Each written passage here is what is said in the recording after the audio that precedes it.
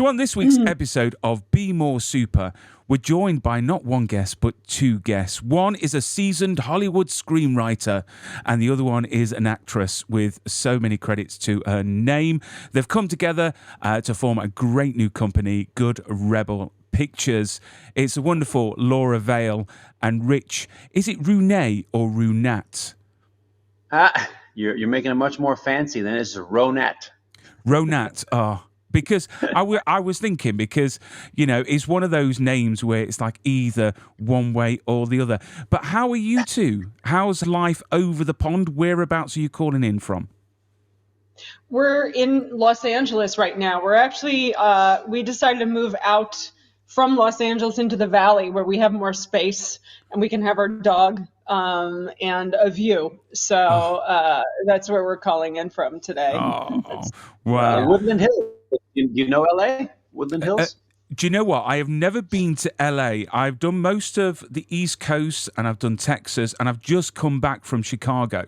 So I've just spent a week in Chicago, which was an experience, I've got to say. I came back quite jaded and I had to have a couple of days rest. But no, I spent some great time with some great actors and actresses while I was over there. So it was exciting times. That's cool. Good. That's awesome. Did you travel for your podcast, for the podcast? Or what did you do it for? It's actually for another show. So there's a company called Swayu, and they bring all the stars to the big conventions. So I host their YouTube channel as well. So they flew me out there to meet with like people like Mads Mikkelsen, Maya Hawke, Lars Mikkelsen, his brother, and Kevin Smith, and people like that. So I had a great time. It was my first time to Chicago. I had Chicago pizza, which is a bit odd, I've got to say. It's not like the pizza we have here in the UK. I mean, let's talk about indie films, because me personally, I actually prefer watching an indie film because I feel that you get a lot more authenticity, a lot more heart, a lot more soul. The stories I tend to be a bit more on the sort of risque side. You know, they don't mind pushing boundaries. Which I presume is because of less control from studios. So before we talk about, your company and your projects, I mean, what is it about indie films that you feel are really important to, audiences opposed to big studio movies? I think there's always been an attempt to balance creative and commerce, and especially in the last, I think, 2 decades, commerce has won out in terms of these large companies taking over studios where only a portion of their businesses are movies. So they're looking at the bottom line, and rather going to the creatives for the story, they go to the marketing departments. Is this going to be marketable? Can we make toys from this? Can we make a video company from this? Can we make a theme park from this? And so there's different questions that are being answered, and many more people who are kind of in the decision-making portion of what is created, and it gets diluted. And, so that's why we see a lot of superhero movies and very much more palatable movies that may not make sense as far as a story goes, right? Yeah. And it's just like, it's a visual, and the, by and large, the budgets are bloated. Yeah, I mean, we're seeing more and more of that now, aren't we? These big, like, sort of franchise movies where they really are trying to wring out as much as they can from different franchises. So they're trying to make sequels after sequels after sequels instead of actually, finding more great stories and finding, great storytellers out there to make something different. So let's talk about Good Rebel Pictures. First of all, how did this come about for you two? And how did you come up with the name? Well, she took me to this movie, to watch this movie at Warner Brothers about over a year ago. And No. and I come from a place of like, I've had quite a few movies made as a writer, and I'd kind of seen so many of my kind of my scripts just get kind of just messed with, and for so many reasons that were outside of like, hey, that's just the story. Like that's what's on the page, and that's what if you just do what's on the page, it could be really good. And I was really and I actually never even really wanted to be a director until we went to the screening, and I was so angry at the movie, right? But because it was bad, but it motivated me to want to make our first film, Culprit, and start our own company. It really did, and I think that's really important. So you kind of learn from watching bad movies as well. You learn from what I had a long list of what I just personally just didn't want to do. So I think that kind of formed what we want to do with Good Rebel. And because we are kind of good rebels, like we don't, we're rebellious, but we're not angry or mean about it. We're good people. We want to work with good people. Like we don't allow any like big egos on set. We just kind of no. Let's just be, let's treat each other with kindness and respect, and do a good job and have a good time, but also really work from a good place. So I think that's where kind of the name came from. Oh, that's awesome. I mean, what do you see as the biggest advantages of producing independent films compared to working, say, with big major studios for yourself?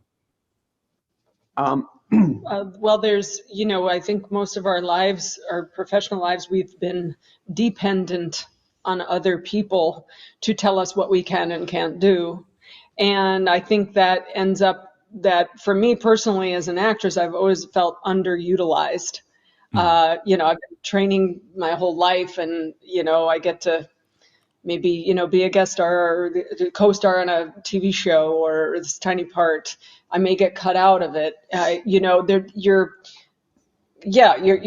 existence is dependent on others to make a decision for you, and almost put a stamp of validation or not. And so it's really the act of validating yourselves, as being enough, and why not us taking the control back. Yeah. And fulfillment too. I think it's about fulfillment. Like I think a lot of people get into this business not to make money necessarily. Like you don't necessarily go, we're being show business just to make money. You know what I mean? Like you get into show business to tell stories and to live characters and to write great characters and to like have a meaningful, soulful experience through story, and I think that's what independent film is really about. Like when it's done well, it's like, how do you have the most purely creative, awesome experience to actually make something that you connect with and you believe in, and you go, that's a great story, And in terms of performance, I think we met in a acting class many years ago.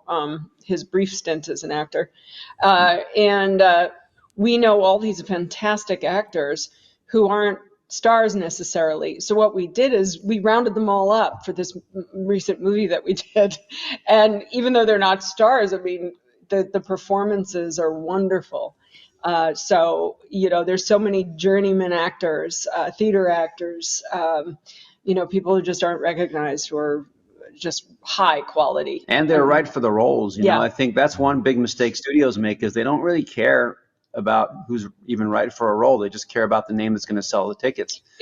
And they don't care. They go, we didn't do that. Like I didn't want any names on Culprit, and because I truly wanted the best actors for each role. And we're not anti-name or anything. We if it's the right role, if it's the right character for them, then it's great. Then it just really, I think, can help. But going in with that motivation to really just make it about the quality of the product and the story is very different than I think a lot of bigger studios approach it that way. I think they also look at the international attraction, like, oh, well, internationally that person, that name is known, so let's build a movie around them. Well, they have numbers on their names, for how much they sell overseas, how much they sell domestically. No, literally, they do. Like there's and it changes every 3 to 6 months. So they'll be like, okay, so Nicolas Cage right now is worth $3 million. Okay, so we can budget. But that's how. And then 6 months later, it's like, well, his last movie kind of didn't do as well, so now he's worth 2.5. Like, So Do you know you're what? really able to take chances, right? Like, be safe because, so there's a movie that may not do well. So you go out and you do another one. I mean, I've always said, like, Hollywood and these big actors, it is like the stock market.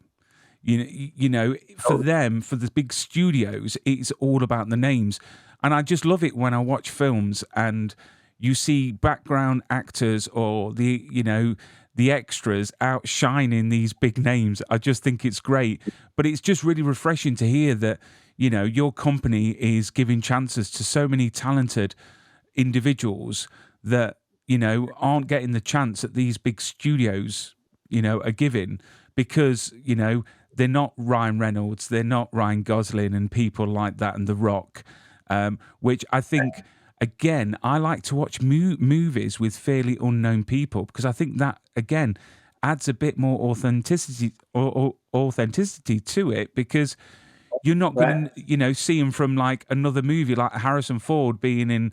Do you get what I'm saying? Is that it's the same character I every always single one? see I always yeah. see the movie star before I usually see the character in a Yeah. movie, and it's kind of a bummer Yeah. because you can't really. Well, nothing really that bad's going to happen to them. So that's the first problem, right? Like, you're like, oh, I wonder who's going to win this battle, So I mean, with these big studios, obviously they've got all the money that they can throw at these productions, but independent movies, I should imagine, are on a tighter budget. So, what are the challenges for your studios in particular to make a movie financially compared to, say, the big studios? What are the disadvantages and the advantages, I suppose? I think really the biggest disadvantage is just set pieces, big action set pieces, really, and a lot more people. If I want to do a scene, in like, say, like a soccer stadium, like, I'm not doing that on a smaller budget movie, right? Because I can't afford the stadium and the people to put in it, and even if half the stadium is CGI people, you just can't afford it, right? Like that kind of stuff, or kind of bigger in scope, visuals, like shooting on a back lot, like to actually take the time to actually set up the whole Time. time, and so, but that would be the only kind of like thing. But that to me is still just a, a little small aspect as far as the actual story goes. You know what I mean? So I think when you're doing it at a low budget, you have to focus and make the story and the performances so strong and run so authentic and deep that's what really people are compelled by. Not, oh, that's a really nice soccer stadium. You know what I mean? Mm. Like, Mm. that stuff doesn't really matter. It's what's important for the story, Yeah. I think, is what, and there's a lot of directors, I think, that focus on the big cinematic scope of things, but then they lose the sense of what the actual heart of the story is. I mean, what's your goal for the company? I mean, where do you see good Rebel pictures in 10 years' time? I mean, have you got like sort of a plan in place, like one of those mood boards, of where you want to be and who you want to work with and awards and all that jazz? We don't have a Well, mood we board, babe. We got to I work guess we on have to have a that. we have to have a mood board. I Yeah, know. We need yeah. that up on the No, wall somewhere. we have business meetings every Sunday. Yeah. I mean, But you want to go first? Go ahead. sure. Well, yeah, we have a vision. I know at least the first 5 years we want to make at least one movie a year. We're making thrillers right now, as I think it's kind of it's really in your writing wheelhouse, I just and love a really good thriller. Yeah, so yeah, I love writing. yeah, Like a really good, like, psychological or crime or whodunit, because I feel like that focus is really like exciting to me, because you get to have really good actors with really good performances on one hand, and you also have to get a really good plot and story hook on the other. And I Mm. think that, a lot of dramas, you will focus on one and the other, right? Like, they'll have a really good plot, or and like not great acting, or not, they won't care as much. But we kind of have both, so I think that can really bring people into that world better. Hmm. So, Yeah. and then, one movie a year for the first 5 years. And then we'll see, I think we want to branch out. Obviously we want to do other stories that have different meaning for us. I Hmm. know Laura, you can talk more about that, like as far as, Yeah, I your, want to branch out. I think, there's certain things that are, important to each one of us. I'm more into more psychological, uh, whether it's thrillers or I've character written dramas. something Hmm. character dramas, Mm. but when you're first starting out, character dramas really aren't a big seller. They kind of go, so that they may be like, wow, that was a wonderful film, but nobody's, not as many people could see it. So we really kind of have to make Yeah, ourselves known at first. it is a little easier to sell thrillers, and I think like David Fincher films are a good kind of comp for a good kind of like Mm. ambition for us. I think starting out like that in that kind of realm. He's spending $300 million a movie now, so it's a little different. But when he first started, he wasn't. When he first started, he was doing some smaller stuff, and And there's so so many I think films out there, independent films, that I would say would out trump any Hollywood film. Desperation Road. We had the director on a little while back, and she filmed this film within 18 days with Mel Gibson and Garrett Hedlund, and that film was astonishing. And it just shows that on like a very low budget, you can still produce amazing things. But let's talk about your first project. And I do apologize, Laura, because I'm going to bring up this picture, and I think it's going to cover your part of your face. I do apologize. There we go. Oh, Um, there we but it's all go. right. You're on the poster. It's fine. there you But yeah, so this is your first, film under your pictures of Good Rebel. And Rich, go. it's your first time directing. So first of Yep. all, if you could tell us a bit about the movie, and then Rich, if you could explain what's it like going from producing and writing to actually sitting in the director's chair. So the movie's called Culprit. It's about a guy who gets out of prison after 27 years, and he originally went in for the murder of a 9-year-old girl.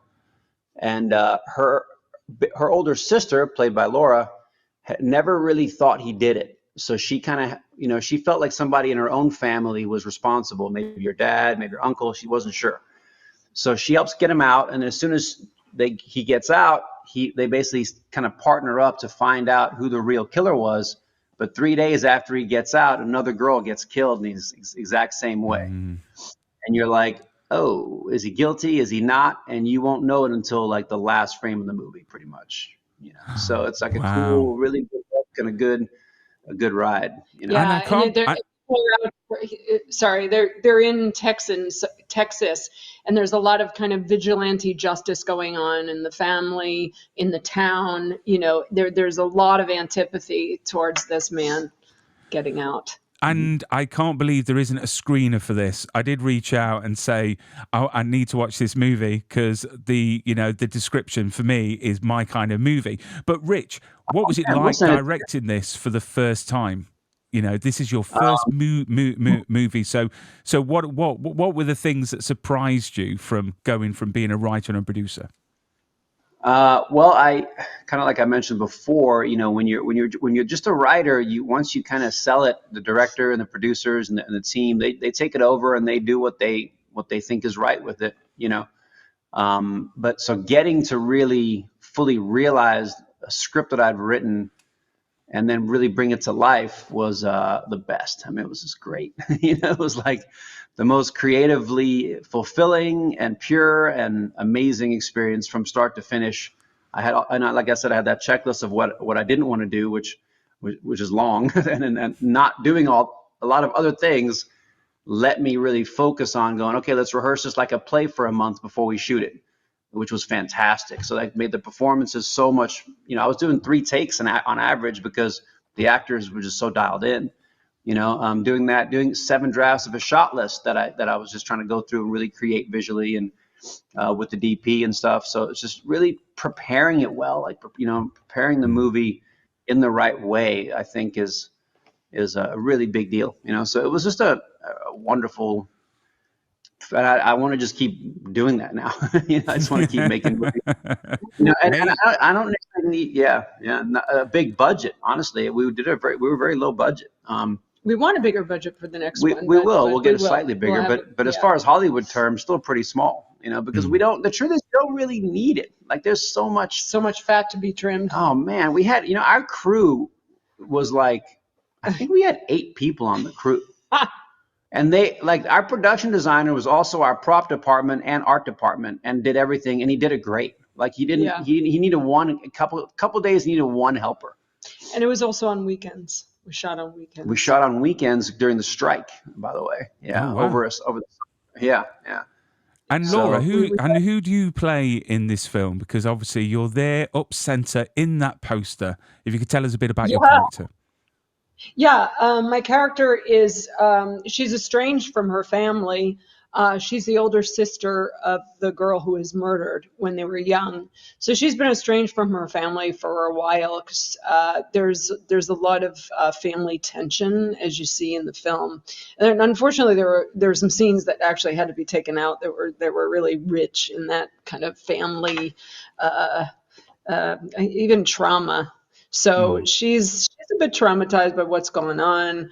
Kind of living on her own, and really wants to find out the truth of her sister's murder. And she helps get this guy out of prison because he was their babysitter when they were young.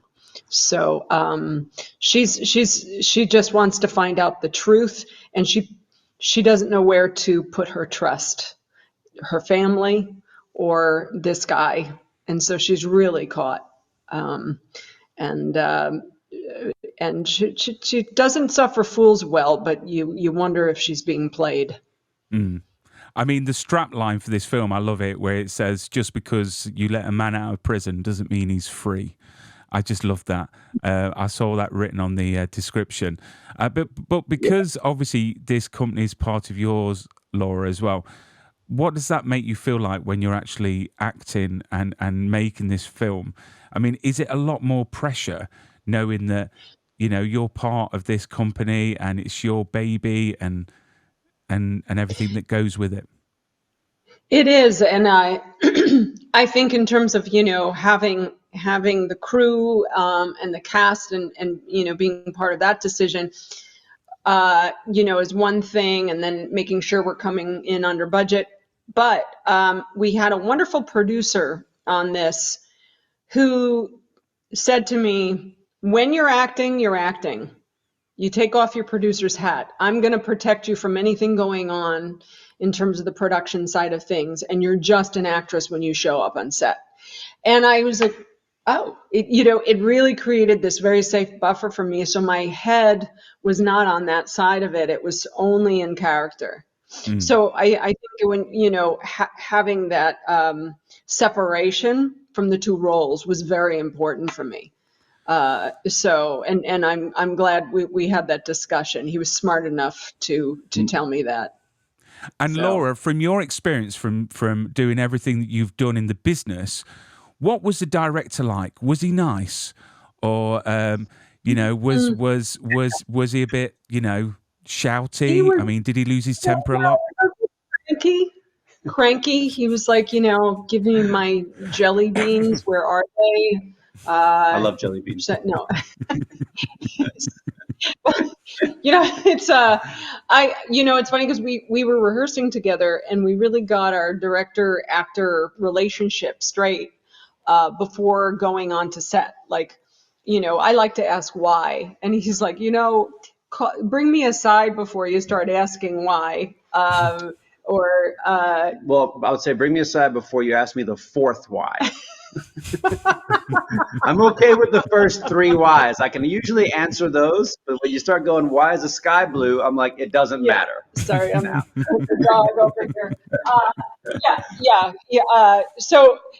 So we got that straight. But he, being that he understands acting so well, he's really, if you want to say an actor's director, and that I feel safe with him emotionally, and I know he's on my side and my cheerleader.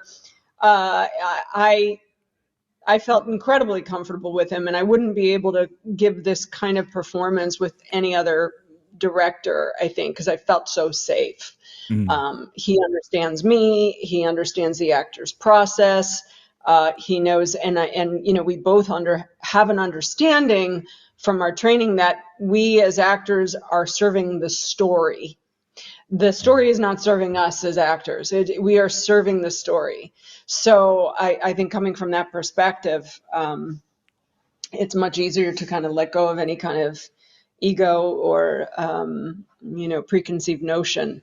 It's his writing, so I'm serving his story and his vision. I mean, this film is being presented at festivals, starting with LA, if I'm right in saying. So, what's the plan with people being able to see this film?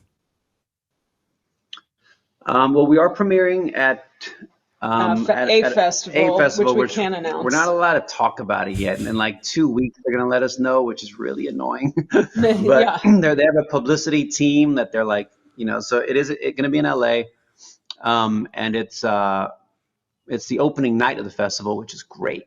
So it's actually really exciting. It'll be a big event. And then we actually, right now, our sales agent, JD of Blacktop International, is in Cannes and is actually talking to buyers, actually selling it or getting the ball rolling to kind of start selling. He's had already 25 requests to watch the movie from different buyers, so that's great. So I think we're going to get some good, killer trailer, really cool trailer and as the poster. So I mean, we don't really know where it'll be yet. We have to kind of we'll let as soon as we know. Yeah. I mean, sure. I think the whole business, I think, is crazy, isn't it? Because these big studios can just release these films, but for independent filmmakers, not only is it hard work making the film, but then it's afterwards.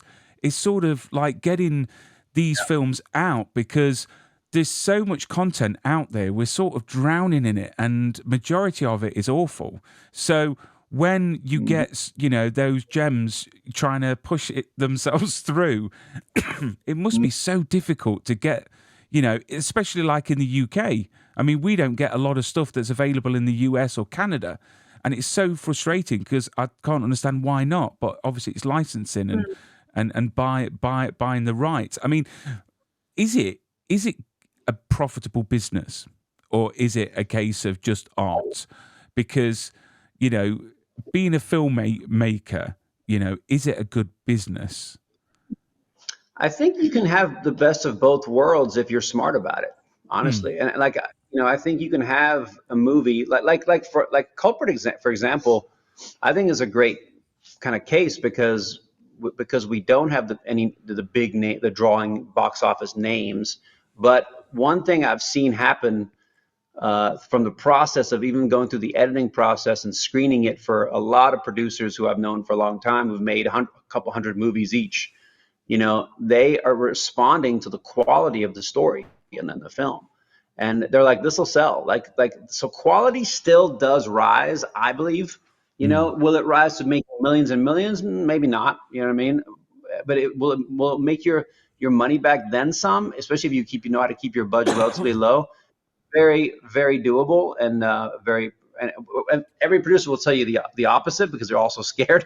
But the truth is, it's really doable. It really is. If you're really putting the quality of the product first, and not just trying to just sell a bottom line too quickly without caring about it. Yeah, and I think a lot of money, unfortunately, has to go into marketing, which a lot of independent films don't, even if they're high quality. They may not have it left to go into marketing and sales. Right. So that's where I think some things, but budgets can get really bloated. They say leave a third of your budget for marketing. Studios spend the budget of the movie on marketing as well. Yeah. So the $150 million Avengers movie, they literally spent $150 million in marketing. Mm-hmm. Yeah. And you know what? It's devastating when you hear about films like Black Adam that they spent, I think, more on marketing than they did actually making it, and it ended up being a flop.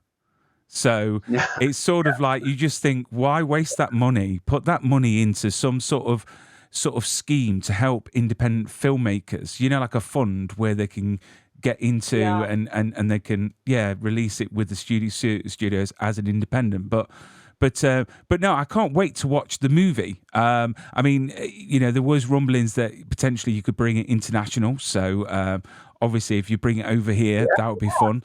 I'm happy to send you a link, Brian, for sure. It would be amazing, and I could do a review.